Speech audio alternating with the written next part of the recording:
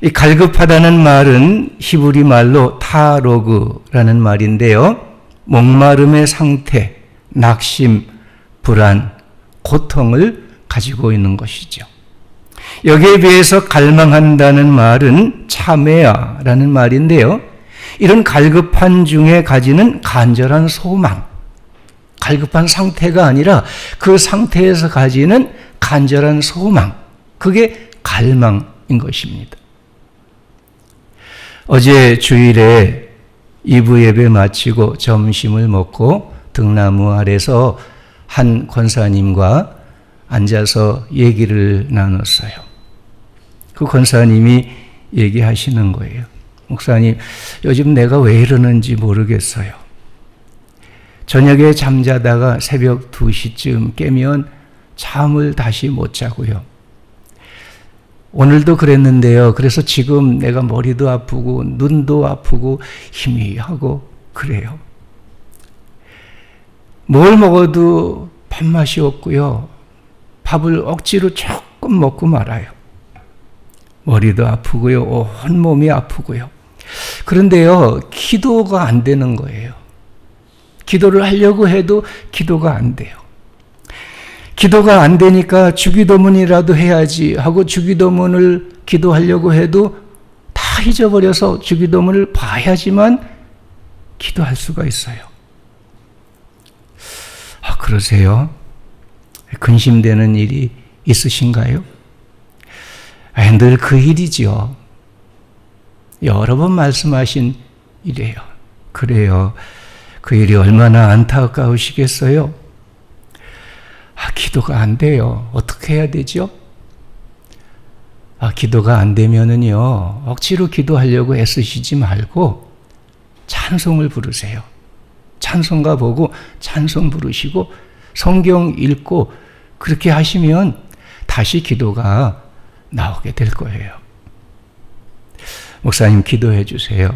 그래서 손을 잡고요, 기도를 해드렸어요. 여러분은 어떠신지요? 내가 왜 이러지? 내가 왜 기도가 안 되지? 내가 왜 늘 머리가 아프고 마음이 흔들리고 괴롭고 그렇다고 느끼지는 않으시는지요? 믿음의 사람들 중에서도요, 낙심을 경험하지 아니하는 사람은 없습니다. 위대한 성인들도 불안해서 잠을 자지 못하는 때가 많이 있습니다. 심지어는 예수님 그분도 겟세마네 동산에서 제자들을 향해서 호소하셨어요. 내가 지금 죽을 지경이다. 깨어있어 나와 함께 기도하자. 그렇게 말씀하셨어요. 믿음을 가진 사람도 그 영혼의 갈급함이 있습니다. 그런데 믿음을 가진 사람들의 갈급함은 한 가지 다른 게 있습니다. 그건 뭐냐 하면 그 갈급함으로 인해서 하나님을 찾게 된다는 거죠. 낙심되고 불안할수록 더욱 그 영혼은 하나님을 향해서 달려나가게 된다는 거예요. 이것이 믿음을 가진 사람의 갈급함의 다른 점이에요. 우리는 다 갈급함을 가지고 살아요. 몸도 마음도 생활도 경제도 사람의 관계도 자식들도 하는 사업도 참 갈급해요. 그렇지만 믿음의 사람은 이 모든 갈급함 중에 한 가지 다른 거, 이 갈급함을 가지고 이 갈급함 때문에 하나님을 향해 나간다는 거예요. 그게 바로 내 영혼이 갈망하오니, 그런 말씀이에요. 오늘 시편 기자는 바로 그런 믿음의 사람이었습니다. 이 시인은 고라의 자손이었죠. 레위 지파 중에서 성전을 섬기는 책임을 맡은 자손들입니다. 그가 영혼의 갈급함을 호소하면서 그 가운데서도 내 영혼의 갈망함, 이것을 주님 앞에 기도하고 노래하고 있는 것입니다. 그렇다면 오늘 이 본문에서 시인의 낙심과 불안, 그 영혼의 갈급함의 원인은 어디에 있는 것일까요? 첫째로는 하나님의 얼굴을 배웁지 못하고 성도들과의 교제를 나누지 못하기 때문이에요. 2절 말씀 보면 내 영혼이 하나님 곧 살아계신 하나님을 갈망하나니 내가 어느 때 나가서 하나님의 얼굴을 배울까? 4절 말씀 보면 내가 전에 성의를 지키는 무리와 동행하여 기쁨과 감사의 소리를 내며 그들을 하나님의 집으로 인도하였더니 이제 이 일을 기억하고 내 마음이 상하는도다. 6절에 내 하나님이여 내 영혼이 내 속에서 낙심이 되므로 내가 요단 땅과 헤르몬과 미살산에서 주를 기억하나이다. 시인은 지금 요단에, 헐몬산에, 미살산에 거기서 지내고 있습니다. 성전과 멀리 떨어져 있습니다. 성전에 나가 예배드리지 못합니다. 성전에 함께 모이는 성도들 만날 수가 없습니다. 단지 그 옛날의 기억을 되살릴 뿐입니다. 그 기억을 할수록 더 마음이 근심이 되고 아픔이 되고 슬픔이 되는 거예요. 문재영 권사님 여러분 기억하시죠?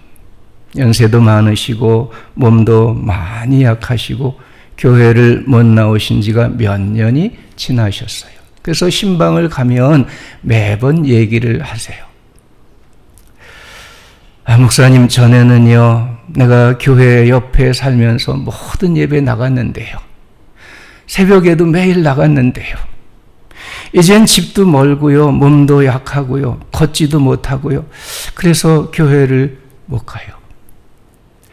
교회 나가서 예배 한 번만 드려봤으면 원이 없겠어요. 교회 가서 교인들을 만나보면 원이 없겠어요. 목사님, 그래도요 제가 집에서 새벽마다 4시 되면 일어나서 기도해요. 교회 위해서 기도하고요, 목사님 위해서 기도하고요, 나라 위해서 기도하고요. 매일 그렇게 기도해요. 그렇게 알아주세요. 이렇게 얘기를 하세요. 여러분, 우리가 이렇게 이 새벽에도 하나님의 교회에 나와 예배할 수 있는 게 얼마나 축복인 줄 깨달으시길 바랍니다.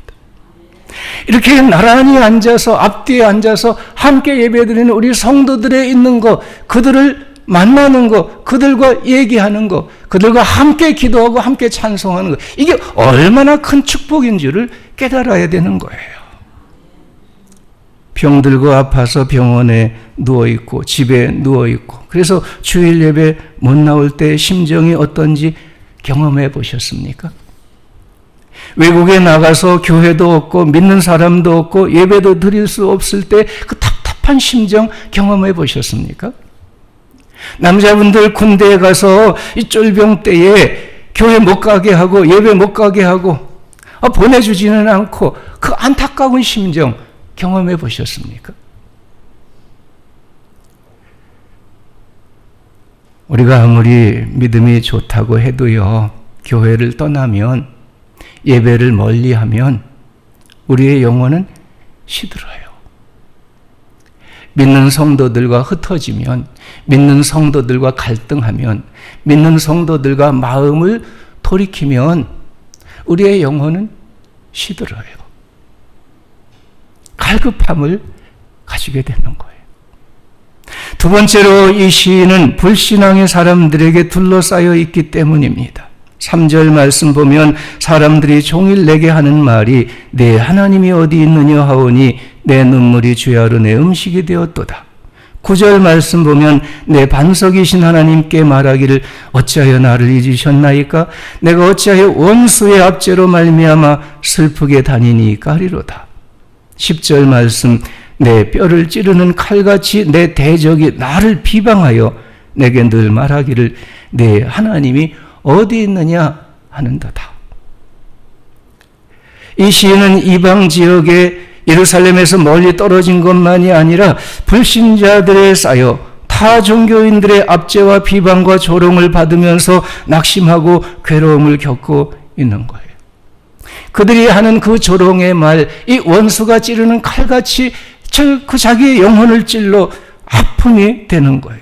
그래서 슬퍼하고 눈물을 흘리고 있는 거지요.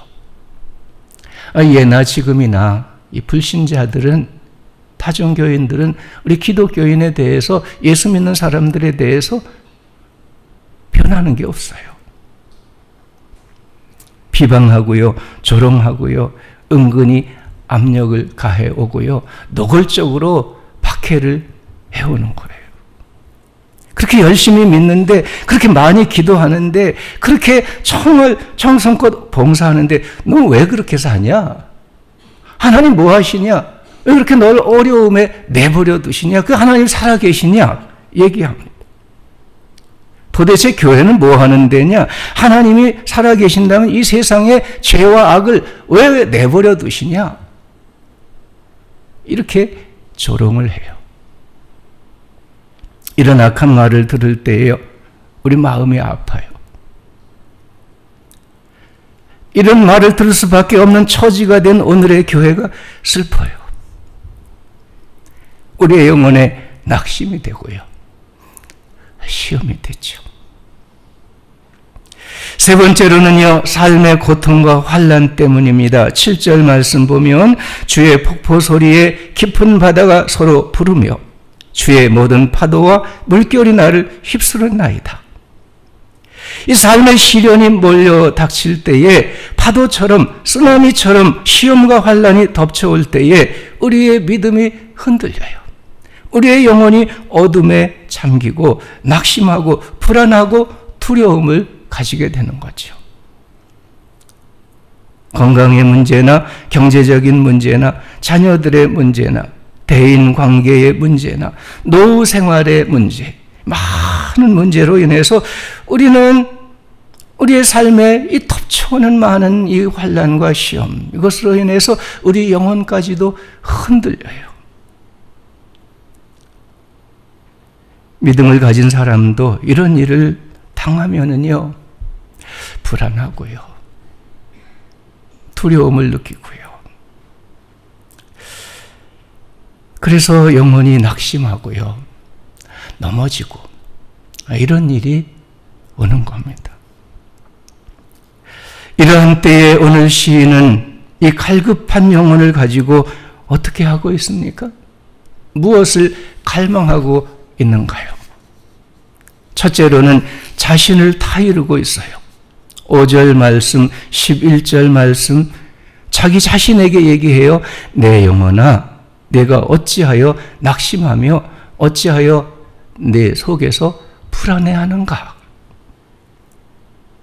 믿음으로 얘기한다는 것은요, 우리가 믿음으로 하나님께 말씀드리는 것, 우리가 믿음으로 다른 사람에게 얘기하는 것, 그것만 아니고 믿음으로 나 자신에게 얘기하는 게 있어요. 우리의 말은요, 제일 많이 말하는 상대가 나예요. 나. 얼마나 나 혼자 말합니까? 얼마나 나 혼자 많은 말을 내게 합니까? 우리는 낙심되고 불안할 때 속으로 혼자 말을 많이 하게 됩니다. 신세를 한탄하고요, 불평하고요, 원망하고요, 앞날에 대해서 절망적으로 생각하고요, 그걸 또 나한테 말해요. 다른 사람에게는 차마 말 못하지만 나한테는 다 말해요. 우리의 믿음의 척도는요, 하나님께 드리는 말씀에 있는 것보다, 다른 사람에게 하는 말보다 나한테 하는 말이 진정 믿음의 척도예요. 믿음이 부족해도요, 하나님 앞에 믿음을 다 가다듬어서 기도하고 찬송하고 그렇게 할 수 있어요. 믿음이 부족해도 믿음이 있는 것처럼 내 마음을 이렇게 하고 다른 사람에게 믿으라고 얘기도 해요. 그러나 나 자신에게 말할 때는 내 믿음을 솔직하게 얘기하는 거예요. 믿음이 좋으면 믿음으로 말하고요, 믿음이 부족하면 부족한 믿음으로 말하고요, 믿음이 없는 사람은요, 믿음 없이 나한테 말해요. 이 부정적인 대화, 이것이 내 영혼을 무너뜨리는 거예요. 낙심하게 하고요, 우울증에 빠지게 하고요, 불신앙에 넘어지도록 우리 영혼을 무너뜨리게 되는 것입니다. 남이 나를 무너뜨리는 게 아니에요. 내가 나를 무너뜨리는 거예요. 내 마음이, 내 말이 내 영혼을 먹는 거예요.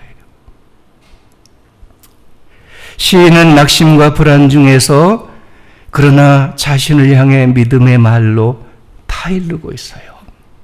내 영혼아, 내가 어찌하여 낙심하며 어찌하여 내 속에서 불안해하는가? 그렇게 하지 마라. 하나님을 바라보라. 소망을 가져라. 오히려 기도하고 찬양해라. 이렇게 타이르고 있어요.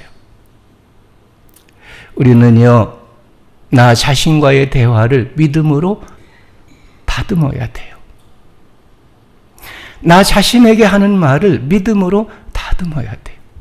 믿음의 말, 긍정의 말, 희망의 말, 축복의 말을 나에게 해야 돼요.